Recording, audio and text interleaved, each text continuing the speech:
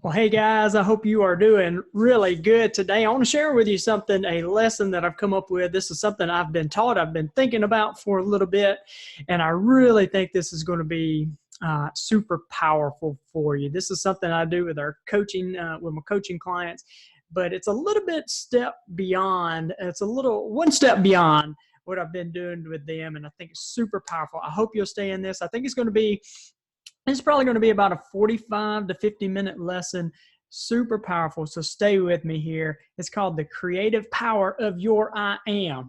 And that looks, I don't know what it's coming across on your computer, your screen there, but it looks backwards. But it's your I am statements. And believe it, every single one of us have some form of an I am statement. And what follows that I am is pretty powerful. We'll talk about that. So this is a lesson that I've created. I hope it adds value to you. Stay here with me. And hey, at the end of this, feel free to share this with a friend or family member. Give me a comment, reach out to me on social media, but you can also feel free to email me anytime at Cory, C-O-R-Y, at CoryLeeLeadership.com. I'd love to hear your feedback, but I believe this is going to be something that's truly powerful for you. So when I work one-on-one with an individual, the very first thing we do is we create this 6-month vision. And we do this, it is very powerful because a lot of people don't really know what it is they want. So we try to get crystal clear on what it is that they want. And, the main point is we really want to be intentional about how we live out this gift of life that we have. We can create it by design, or we can live life on autopilot and live by default. And we really want to be intentional with the gift that God has given us. And I love the quote by George Washington Carver. And this is what George Washington Carver said. He said, no individual has any right to come into the world and go out of it without leaving behind some distinct and legitimate reason for having passed through it. And I love that, right? So we get really intentional by writing out a very clear 6-month vision. But once we do that, the very next step we want to create is an understanding of our creative power, that we have been created by God, the God who spoke and poof, there were stars in the skies, and the God who spoke and poof, grass sprouted up, and the oceans were filled with water, and they were given their boundaries. Well, that God created you, and that God created me, and he wants a relationship with us, and he also wants to express himself in, with, and through us. So when we say that we can co-create with God, what does that really mean? What does that mean? So I want to show you this.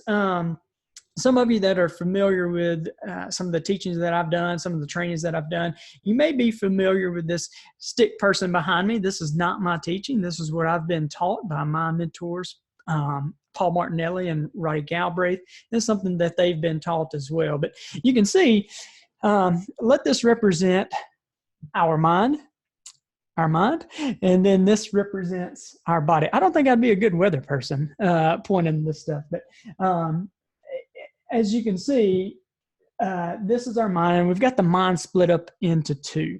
And this top part, that's our conscious mind. That's our thinking mind, right? And the bottom part here, this is our subconscious mind. That's our feeling mind. So we have these two parts, and there are two very different parts. In the top part, our mind, this is where we choose which thoughts, right? We have the ability to choose our thoughts. This is where our free will lies. This is our ability to choose what we think on. And in this part of the mind, we can accept any thought or reject any thought that we want to. Now, in our subconscious mind, this is our feeling mind and our emotional mind. This is where our identity lies, right? This is where our self-belief lies. This is where our self-image is as well. So that's just a generality. That's boom, right to the point. I could teach on this for a long time, but just to kind of give you a gist of it. But we can think of the conscious mind as trying to keep us focused on the what and the how, right? The what and the how. What am I going to do and how am I going to do it? What am I going to do and how am I going to do it?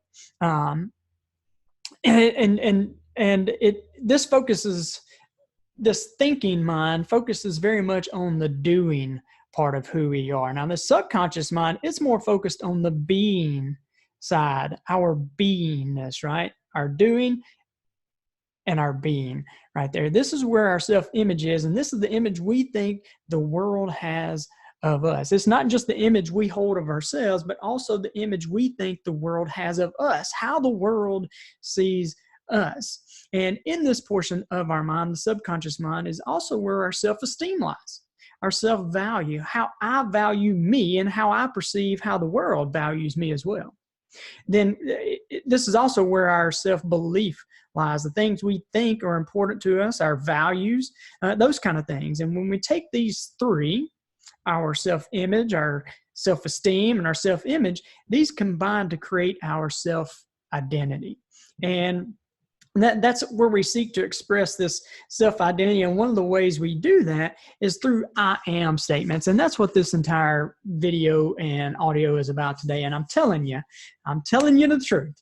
When I say that we speak into existence our results, this is, there is great power in our words, particularly the words that follow through us, that come from deep within us, right? The words that flow through us. And Jesus said, he said, those things that come out of the mouth come from the heart. And I can remember when I first started studying leadership and personal growth, my initial purpose was really out of fear. We had just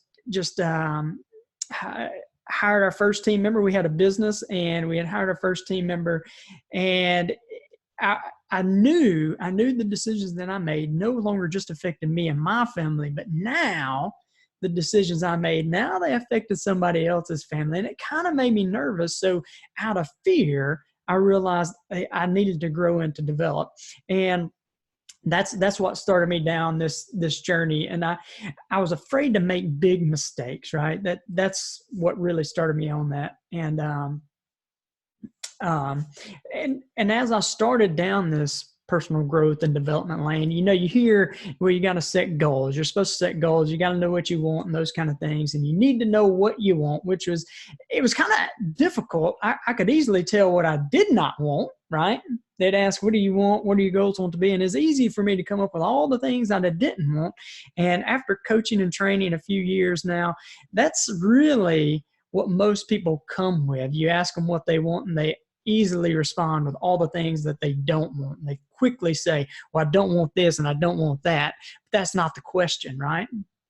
The question is, what do you want? So a while back, I was working with this guy and I asked him a question. And now this question is meant to work on the self-image, right? So I said to him, tell me about yourself. And part of his response was, I'm broke. I'm broke. Listen to those words. I am broke. I am broke. See, that was his attempt to describe the financial status he was in. And he also said, I'm beat. I am beat. That was his way of explaining how physically tired he was from working all the long hours. And for me, I would make the mistake, and I'd mess up, and I would say, so stupid, such an idiot, right? That's exactly the words that would come out of my mouth without even thinking about it. So stupid, such an idiot. Now check it out, right? This process of growth that we are all in is all about awareness and not judgment. So I would say, I'm so dumb or I'm so stupid as a way to describe my mistakes instead of saying I had poor judgment right there, right? And as a quick side note here, this is important too. Quick side note, you can do this to other people as well. So we've got 3 kids. We have an 8, 5, and 3-year-old. And our 3-year-old, he's very much like me. He's kind of set in his ways. It's his way or the highway. And even when we were potty training him, it had to be his choice, right? It had to be his choice. He has to do things his way. And he'd often be at school and they have this color code. If you're on green, that's great. If you're on yellow, that's not so good. You got into trouble one time. And red, that's, hey, you got in trouble multiple times, and it goes down from there. But he would often be on red most of the time, sometimes on yellow, rarely on green, right? And we got into this habit of all saying, Brady, you're being so bad. That's horrible, right? That's horrible to say. Brady, why are you being so bad? Brady, you're so mean, right? Why are you being so mean to the other kids? And our older two kids, they would kind of jump in as well and say, Brady, you're being so mean. And that's all he's hearing is, you're so mean. You're so bad. And as I started growing, right, and I actually woke up to what we were actually saying, I started to change that. And I picked him up one day and he was on red, and I said, Brady, wow, why were you on red? That you're a green boy. Why? I don't understand. You're such a good boy. You're a green boy. I don't know why you're on red. And over time, my attitude changed for sure, but his attitude as well. And he is pretty much always on green now. But our words have such power to ourselves, but also to other people. And what we say, because you hear the word, it becomes a self-fulfilling prophecy, right? And don't let that weird you out. But think about that word, self-fulfilling prophecy. We kind of just let it roll off our tongue, and we really don't understand the power of our own words. Or we'll hear people say, I'm overwhelmed. I am overwhelmed. And really what they're defining is their state of confusion or their lack of clarity or their lack of purpose. And I just have to say this, this subconscious part of our mind, it's cunning. It really is. It's really cunning. But this is really dangerous talk when we claim an I amness. And for me, I go back to when Jesus claimed his I amness and the power in that. So you think about that time, you had these religious rulers who didn't like Jesus, right? They didn't like him. They were always trying to trap him in his words, like when they brought the adulterous woman there and they brought him at his feet. And Jesus said, well, the person without sin, you cast the stone first. But they were always trying to trap him, and they didn't like him. But it really wasn't until he claimed his I amness, that they moved from this kind of, it's a rock in our shoe that's just a nuisance that's kind of gathering a bunch of followers, to pure hate, right? Pure hate, to really trying to kill the guy now, right? He claims his I amness and says he is the Son of God, right? That he's the Son of God, and he's no longer just this nuisance, now somebody they want to kill, right? Jesus claims his I am, and Jesus then tells the people that believe in him that greater things they will be able to do, and tells people there's an I amness to them as well. And I tell you, these two words, I am, are powerful words. They're creative words. They're defining words. So whenever you say I am, whatever follows, your subconscious mind, boom, like that, boom, immediately takes it as a directive. So when you say I am broke, when you say I am overwhelmed, when you say I am stupid, when I say I am dumb, remember your subconscious mind has no ability to reject any thought or idea. It won't ask you to clarify, did you mean to say that you were dumb and stupid, or should I just take that? No, it cannot reject it. It has to accept whatever is passed on to it. So it has no ability to reject that. It won't ask you to clarify, and it can't tell the difference between something real or imagined, and that's huge. Just imagine. I mean, I've told myself I'm dumb, I'm stupid, such an idiot thousands of times, and here's what happens is my subconscious mind, it automatically tries to create those circumstances and conditions. My friend, that is powerful stuff. So we claim the I amness of I am broke, or I am stupid, your subconscious mind takes that as an order and as your identity. It has no ability to separate that from your being. It has no ability to separate your being from your behavior. And again, it immediately, like that, boom, boom, like that. It takes us as an order. And that's when we misuse these statements, when we don't speak truth, when we don't speak the truth. Instead of saying, I'm broke, I mean, we could easily speak the truth. And the strategy that I've used and I've taught is to use the phrase up until now, right? So instead of saying I'm broke, we change that to up until now, I've lacked the resources to be or to do or to have the things that I want in my life. And up until now, right? See, the truth is I'm changing that. And there's power in catching ourselves in that, right?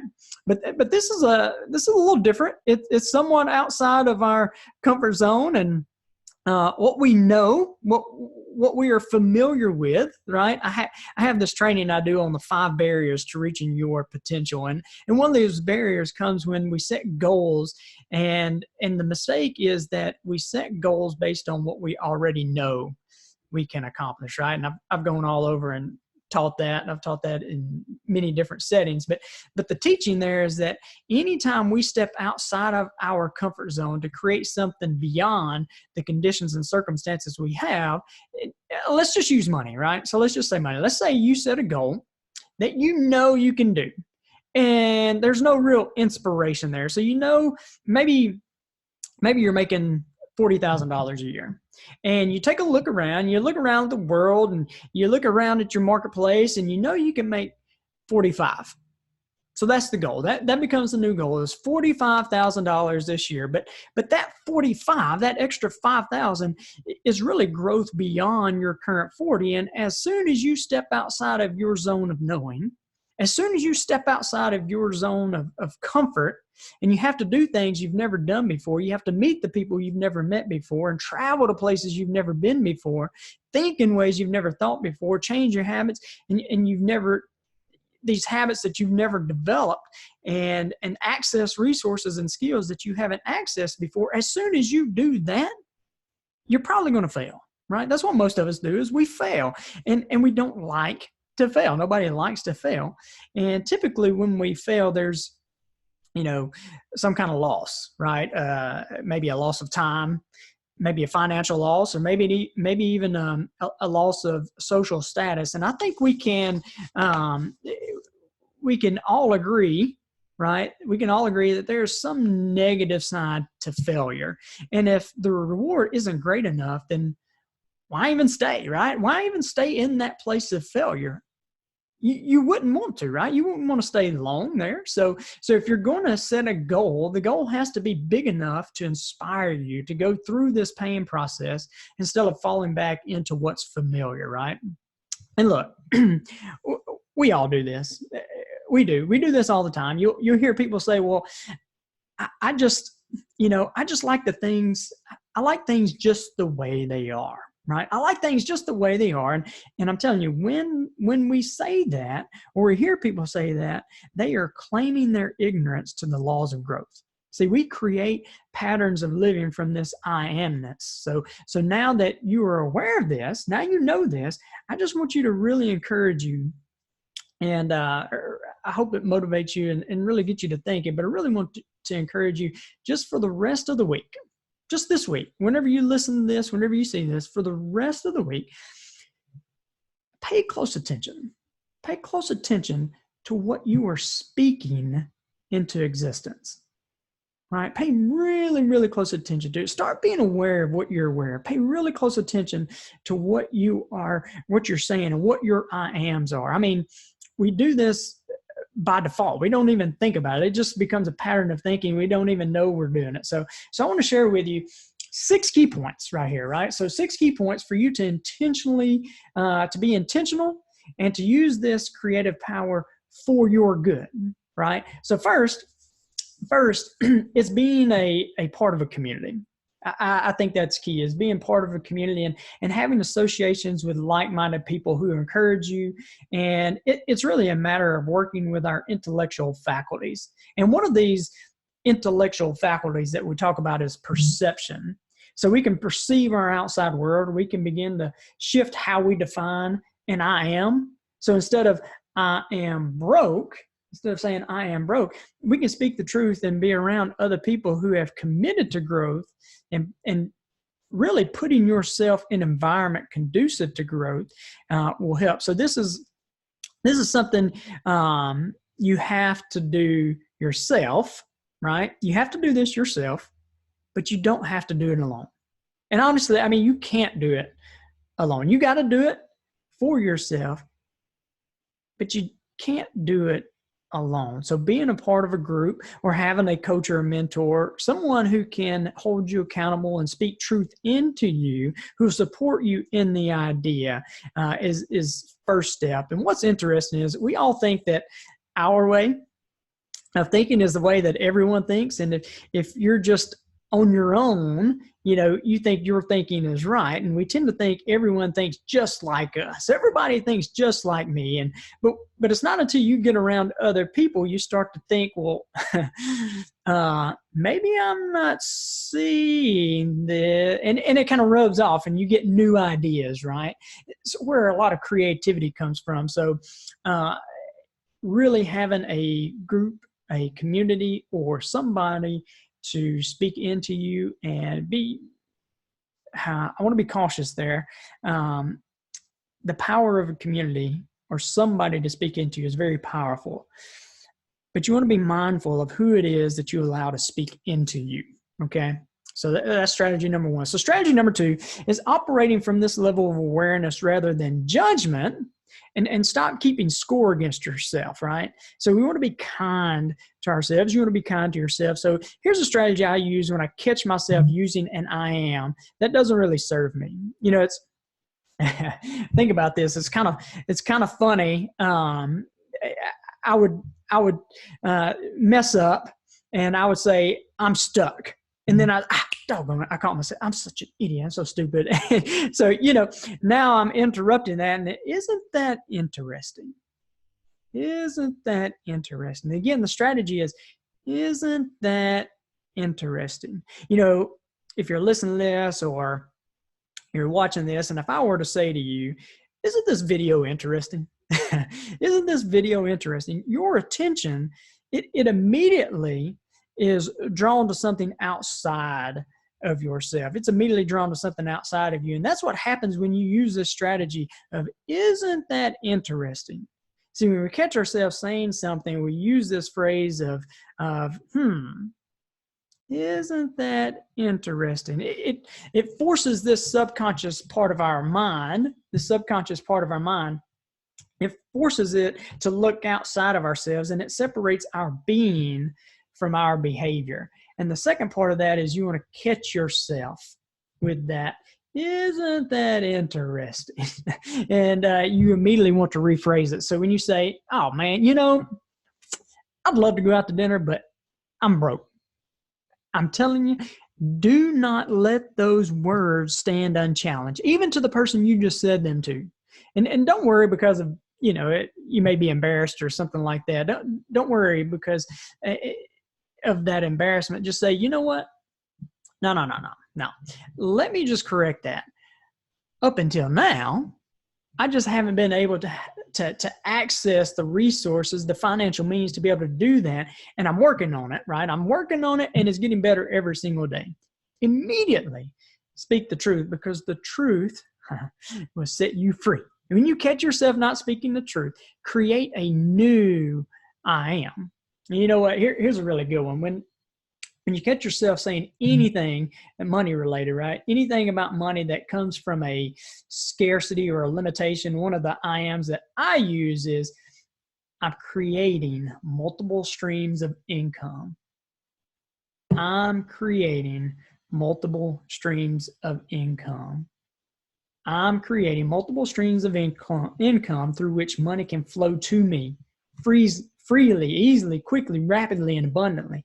As I'm saying that, isn't it interesting that as I'm saying that, I'm speaking that, boom, new opportunity to partner in real estate comes along. Boom, new opportunities to speak and coach and present they come along, boom, new opportunities for business start to appear. And I'm just telling you guys, this is powerful stuff, right? This is super powerful stuff if you buy into it. So that's number 2. Number 3, and we're about to get into some really good stuff here. So I think step 3, to really living from this empowered I am creative state, number 3 would be the commitment, right? It's the willingness to make change a priority in your life, to make the commitment to growth. It's moving beyond just hearing what I'm saying in this video or audio, or and making the time to do what I'm telling you to do is what you're making the commitment to, is doing what I'm telling you to do, right? And what I've done and what I've seen other people do to have success. And I'm telling you, this is not hocus pocus. This is not just some new age mumbo jumbo crazy talk. This is legit, but you must make the commitment, right? I love the quote. It goes like, until one is committed, there's hesitancy, a chance to draw back. And here's why I think growth is so important is I've already told you we have 3 kids. Our oldest son, he's 8, and he's in the 3rd grade, and I'm doing his math homework with him. And as I'm doing his math homework with him, I realized that, I remember learning some of this stuff in high school, right? He's learning in 3rd grade some of the things that I was learning in high school. And here's why that is important, is making the commitment to growth is important, because if you're not committed to your own growth and development, it's not that you're standing still. My friend, you are getting left behind, because that's not just happening in education, where things are changing rapidly and education is progressing. That's happening in every single industry. So if you're not growing, you are getting left behind. And John Maxwell says that if you're not growing, then you are today all you will ever be. Think about that. So number four, it really directly comes from this very first exercise we do in coaching, where we start to create this 6-month vision, where we define exactly what it is that you want and what you would like to accomplish. And when we do it, we think about this creative, this vision statement. We think through it. Now, this is just one of the things that you can do. And a process that I did is a starting point is you write out with as much detail as you can the person you would need to be in order to bring that forward. That 6-month vision, you're getting as detailed as you can and thinking through, who do I need to be in order to bring that forward? And in other words, if you were to take your statement, a 6-month vision statement, and we could just wave our magic wand, and all of that is now fully present in your life, and you're operating from that level of awareness, who would you be? What would be the I ams that would be evidence in your life? What would be the I ams that would be present in your life, right? Remember that the purpose of a goal is not to get the goal. The purpose of a goal is to become the person who can bring it forward. And so you're writing out this vision, and that's great. That's great. But the purpose of that desire statement, the purpose of having a goal, the purpose of having a purpose and a vision and a goal, the purpose of those things is to cause you to grow to become the person. Is to cause you to have the I amness, to have the being, right? It's not about getting. It's not about getting the things. It's about raising your level of awareness to be in harmony with the type of person you need to be in order to have that vision.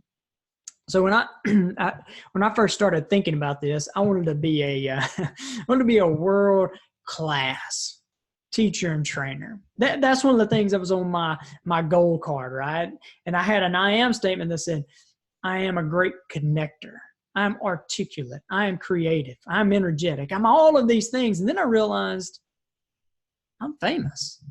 If I were a world-class speaker, then I'm famous.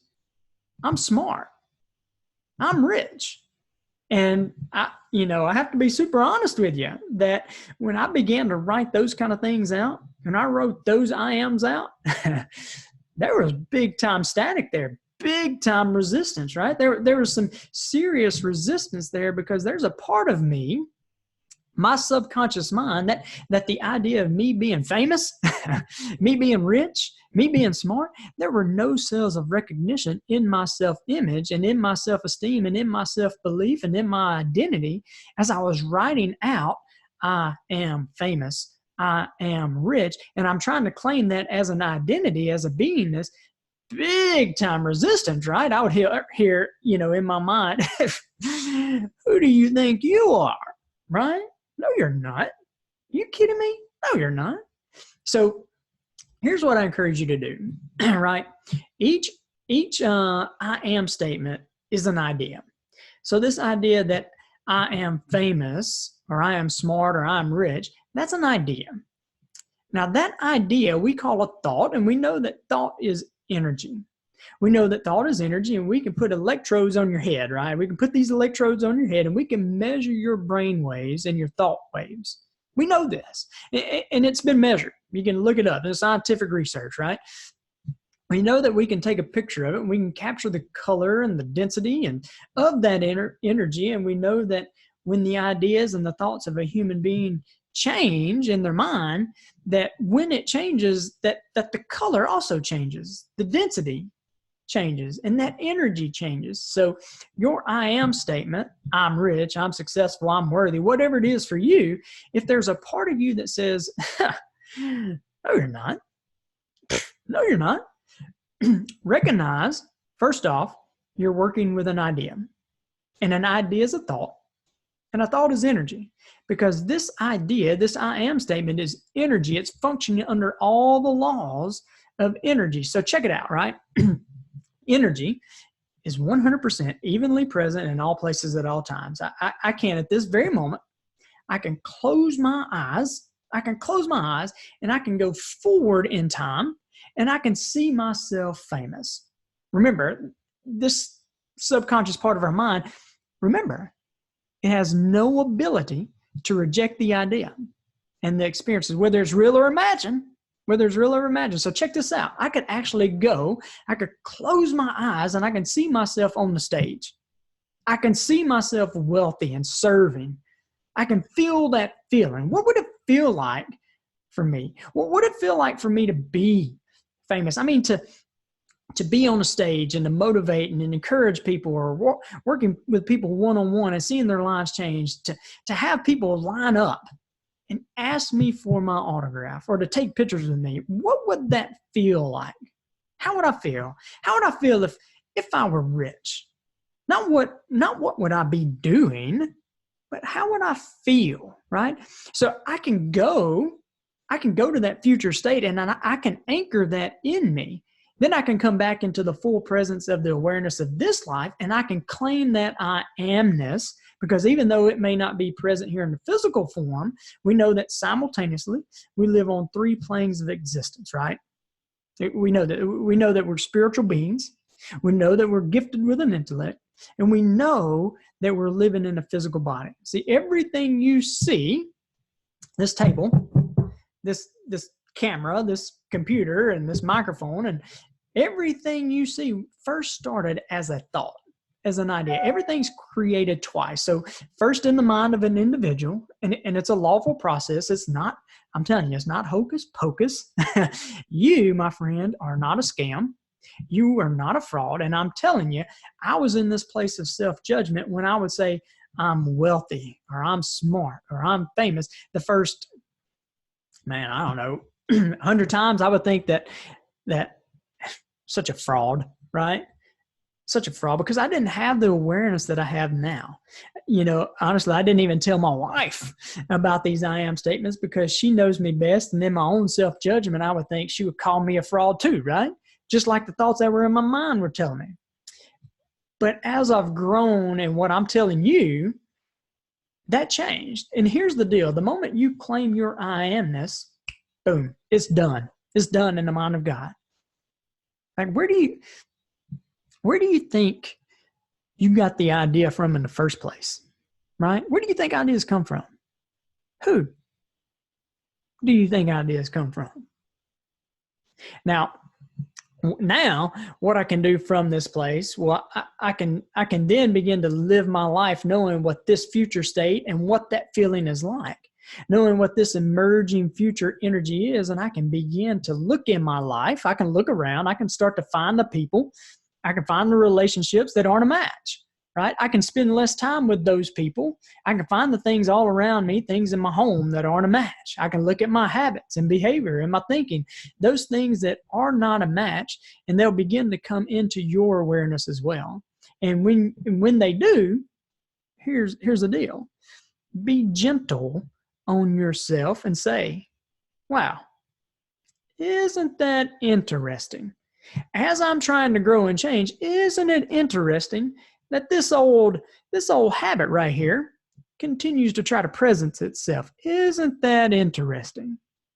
I'm so thankful, right? I'm so happy and I'm so thankful that I'm operating from a higher level of awareness that up until now, I used to tell myself that I wasn't these things when I know that my birthright from God is dominion over all things. Thank you, Father. Claim your truth. Claim it. Claim your truth.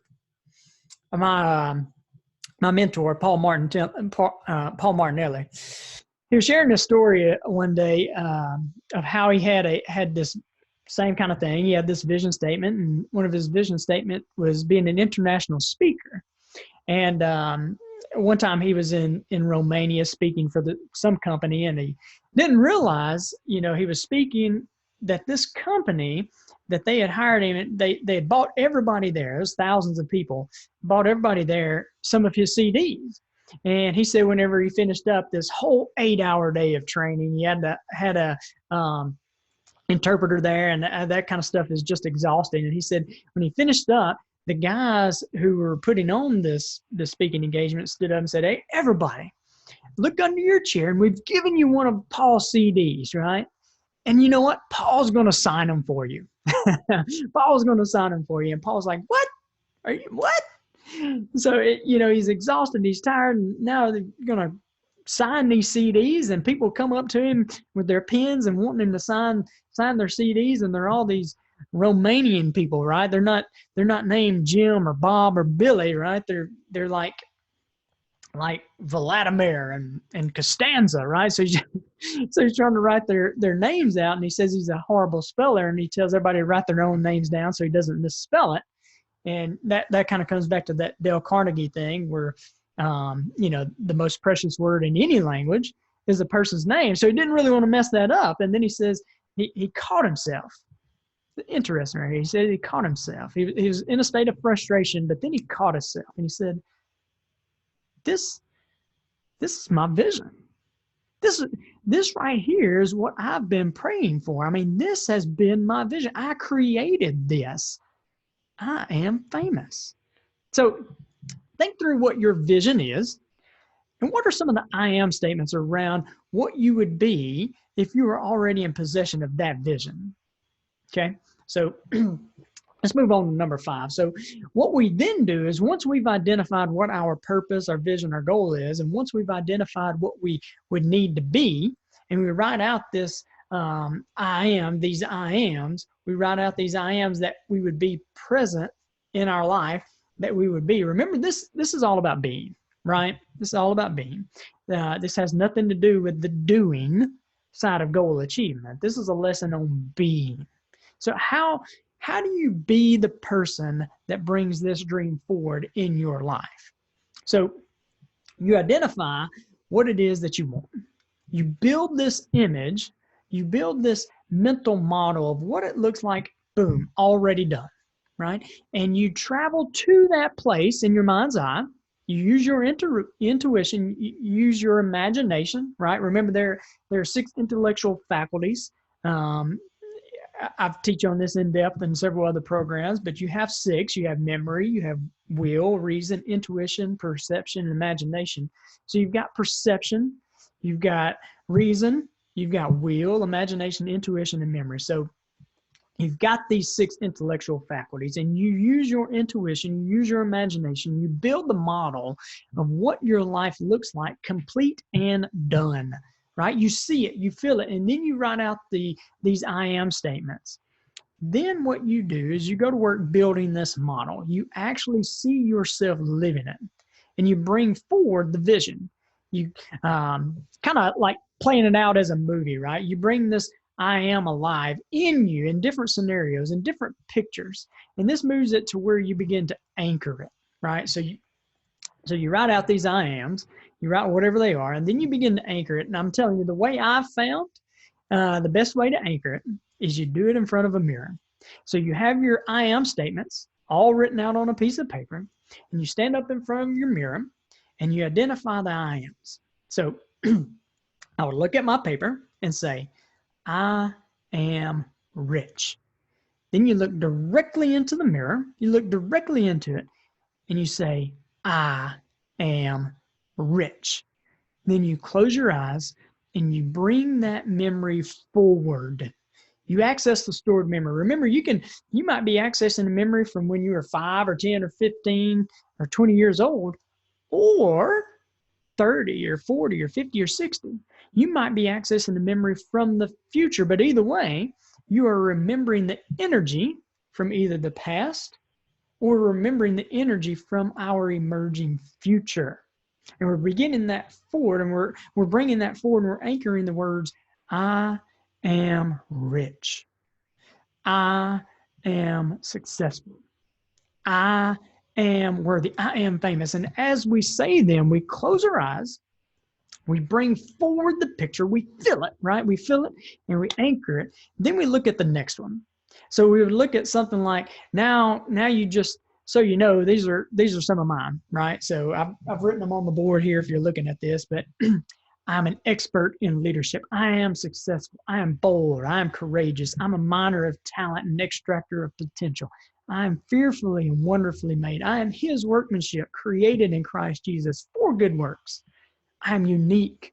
I'm a connector. I'm a communicator. I am rich. And each time I'm saying that to myself, I'm speaking directly. Remember, you're speaking, you're writing, and you're anchoring it to you. And one of us can do this. Any one of us can do this. If I can do it, you can do it, right? This costs you no money. It doesn't cost you any money. You're getting this lesson for free. You can do this exercise for free, right? But it's going to cost you your time, right? And here's funny. I'll have people, and I know it's going to happen. I know it will, is that people are going to say, I know what you said to do, but you know what I did? Let me tell you what I did. What I did was I put them on a PowerPoint, and then I started to click through them, boom, boom, boom, real quick, and I found that I could do 300 of them in a minute, right? Man, I'm really changing now, right? So I don't know how this works your way. I don't know how it works your way. All I can tell you is what I've done. And all I can tell you is what I've shared with my coaching clients and the people I've worked with who've come back to me and say, wow, you know what?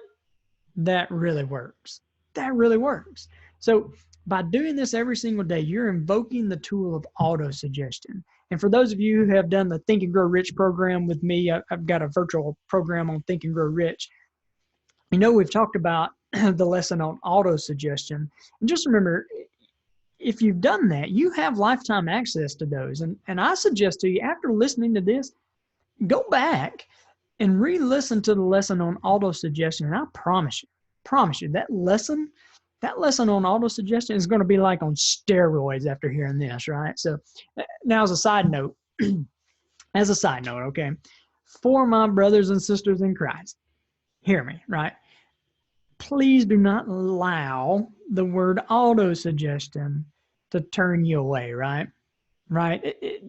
It is a term that sometimes messes up my brothers and sisters in Christ, but do not allow that to turn you away, okay?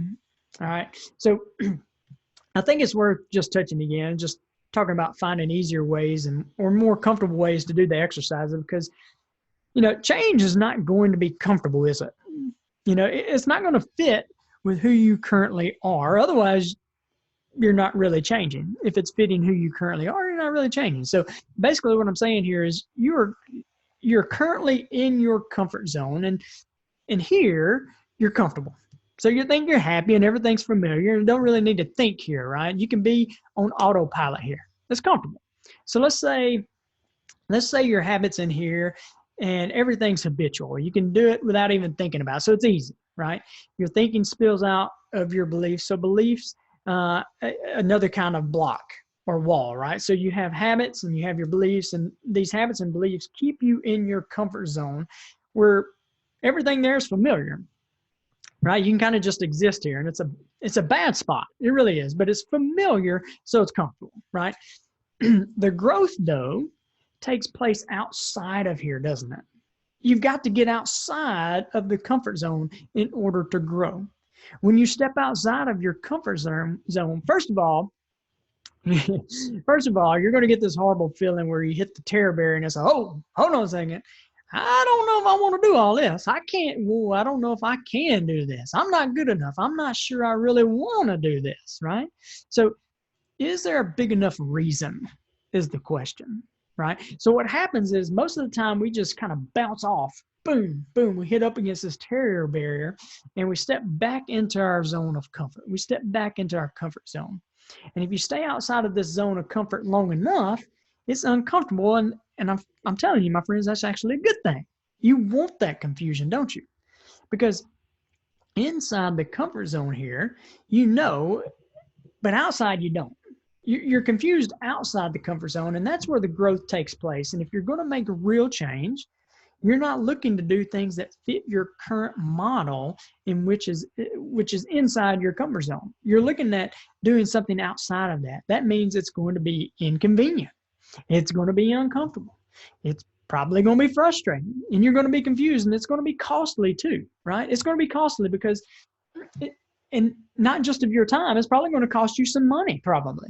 It's going to cost you some time and money. You've got to be committed because the easiest thing is just to boom, bounce off those barriers and step right back into our zone of comfort and our zone of knowing and just carry on doing what you've been doing before.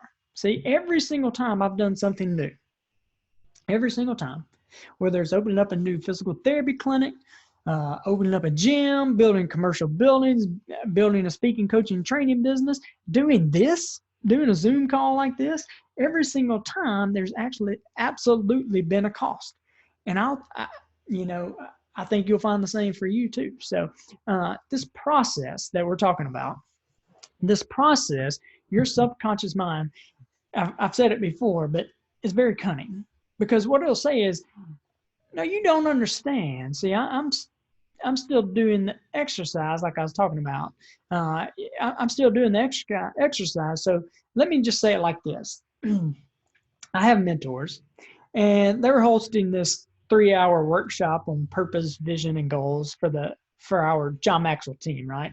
And one of the mentors said that anybody could just call in and read their purpose statement, and they would kind of listen into it. So people on our team would call in, they would read their statement, and he would really listen into their words. And as a coach, I can tell you, it's really good because it's not only really the words that are being spoken, it's not just the words that we're listening to, it's listening and picking up on the energy and listening to the words behind the words, right?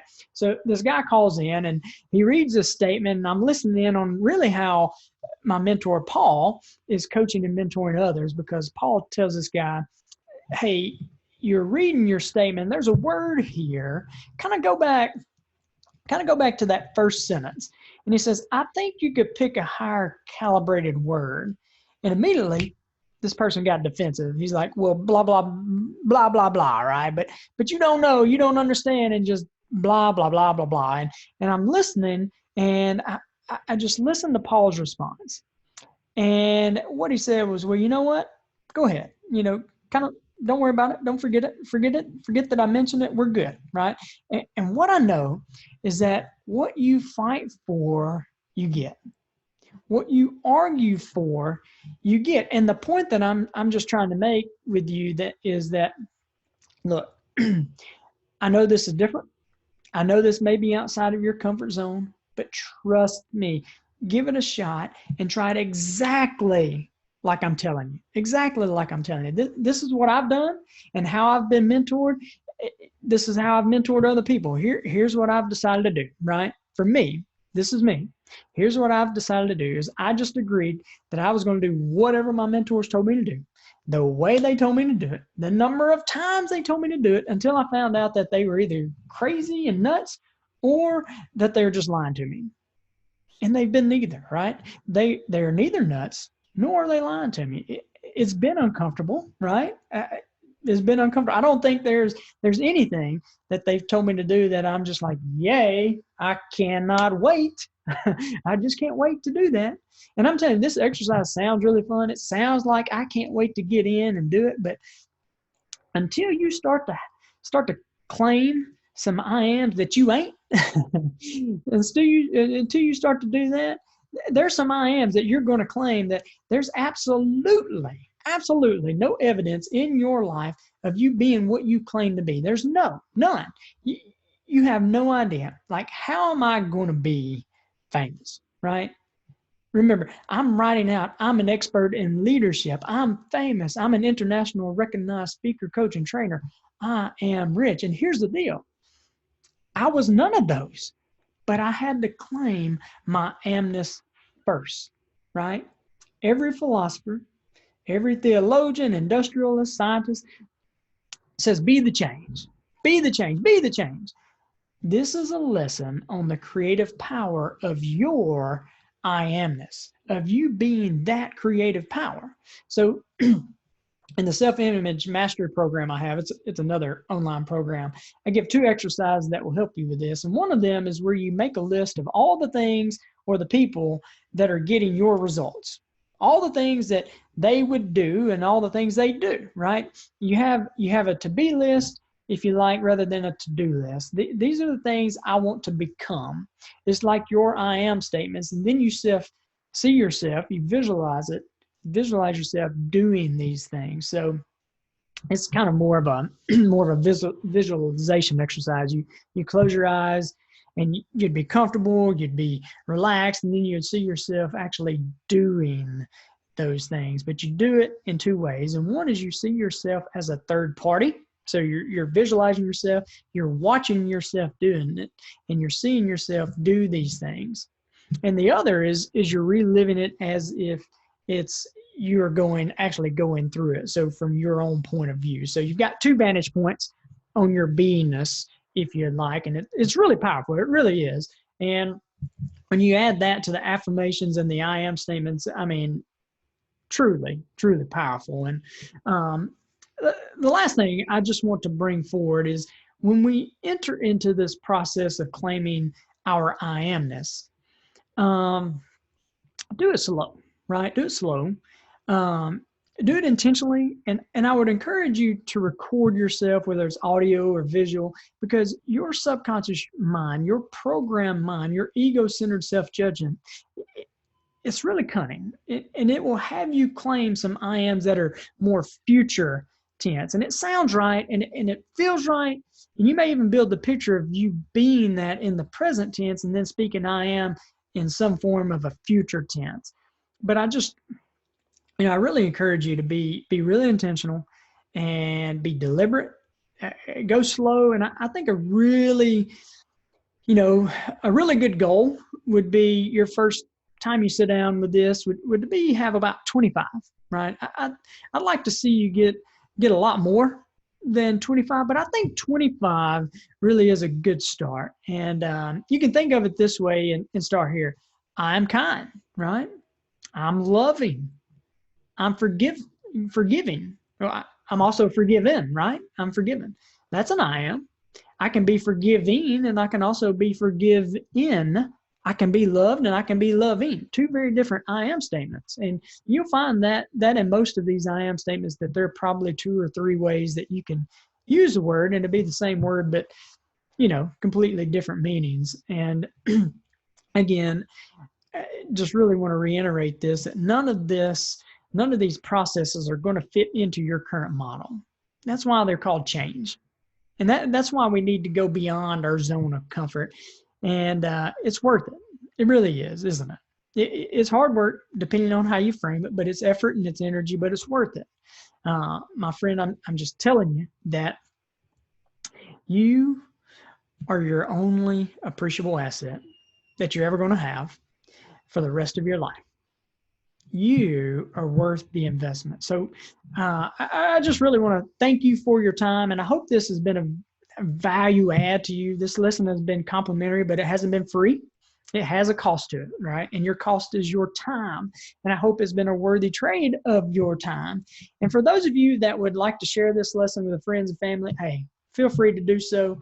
Many of you work in companies and many of you own your own companies, and you're looking, you have maybe a staff meeting once a week or once a month, and you'd like to be able to have a teaching lesson that you'd like to have as your staff. And many of you are parents and grandparents. Maybe you just like to have a family teaching that you'd like. And if you'd like to be able to share this lesson or have me teach it to you and your team, whether it's this lesson or any other lesson on leadership, personal growth, communication, just reach out to me by email at Cory, Cory, at CoryLeeLeadership.com, and I'd be happy to set that up. I'd love to add value to you guys.